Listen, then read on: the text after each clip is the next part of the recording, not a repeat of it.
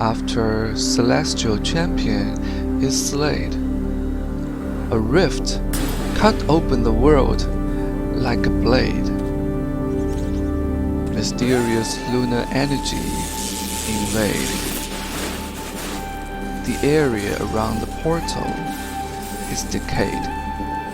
A handful of gestalts slip through the leaking gate, claim territory, and lock innocent plants in a cage. They're known as the Deadly Brightshade.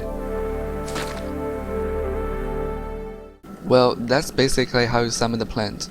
The plant contains Brightshade husk, a key ingredient to craft 7 new items.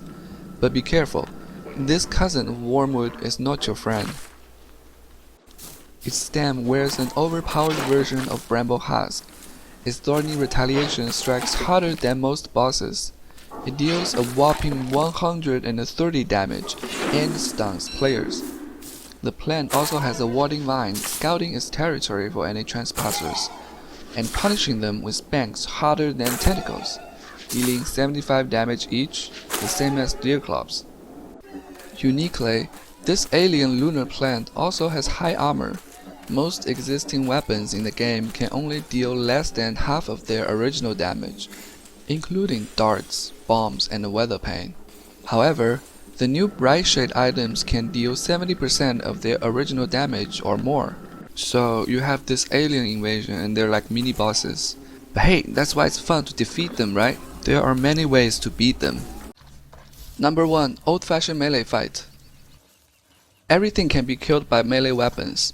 When soloing a Deadly Brightshade, always kill the vine first, so that the stem becomes disarmed and you can freely attack it for 10 seconds before the vine grows back.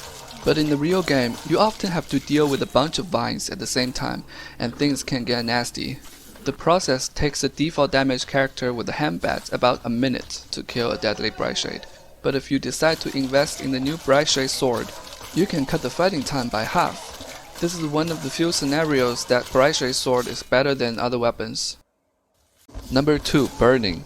This is my personal favorite. Stack 10 ropes individually under the stem and let them burn for 25 seconds or less. Extinguish the fire to prevent losing the ropes and restart the burning for another 25 seconds or less, and you have it. When waiting for the burning to finish, you'll be playing tags with the vines. I highly recommend this method. It works great against multiple Brightshades, has low cost, and only takes a minute. And it doesn't require good fighting skills.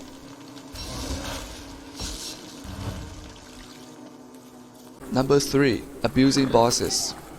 It's not the first time that Don't Starver have abused bosses, and it won't be the last. If you have some boss in the server, lead it to the Brightshades. Then trigger the boss AoE or trigger the thorn to make them fight each other. And you can relax and be the winner. Deer clubs and badgers are good for this job. Tree guards and spider queens are too weak but can delete some HP. Eye of Terror is too hard to micromanage. Number 4. Maxwell's Shadow Duelists. Each Brightshade costs roughly 50% of Codex Umbra's durability. Number 5. How to avoid them. You may ask, what if I don't want to engage the new content? Is there a way to avoid them? You can turn off the event in the setting, but the good news is, you can also coexist with them. The world can only spawn a limited number of Brightshades. You don't need to worry about your world being overtaken by an infinite amount of lunar aliens. Once the number is maxed out, the invasion will stop, so you can leave most of them alone and only deal with those that cause you trouble. Number 6. Recruit an army. Bunnymen can usually kill tree guards and spider queens easily, but Brightshades have deadly AoE damage, and the weakness of crowd mobs is also AoE damage. That's why the bunnymen die so fast.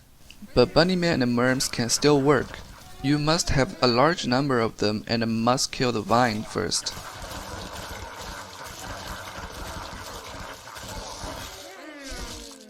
Number 7. Other weapons.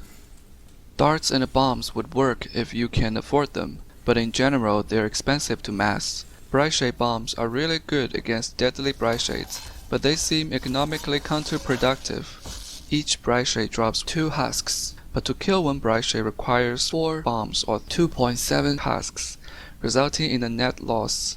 But if you do decide to use the bombs, make sure you hit the vine and the stem together to instantly disarm it, so that you can get some free hits. Wendy and Abigail.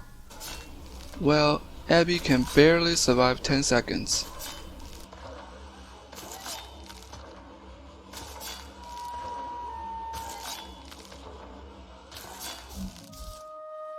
Catapults. They are immobile. Tentacles.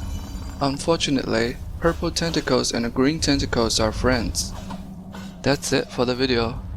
If you learned something new, please like and subscribe.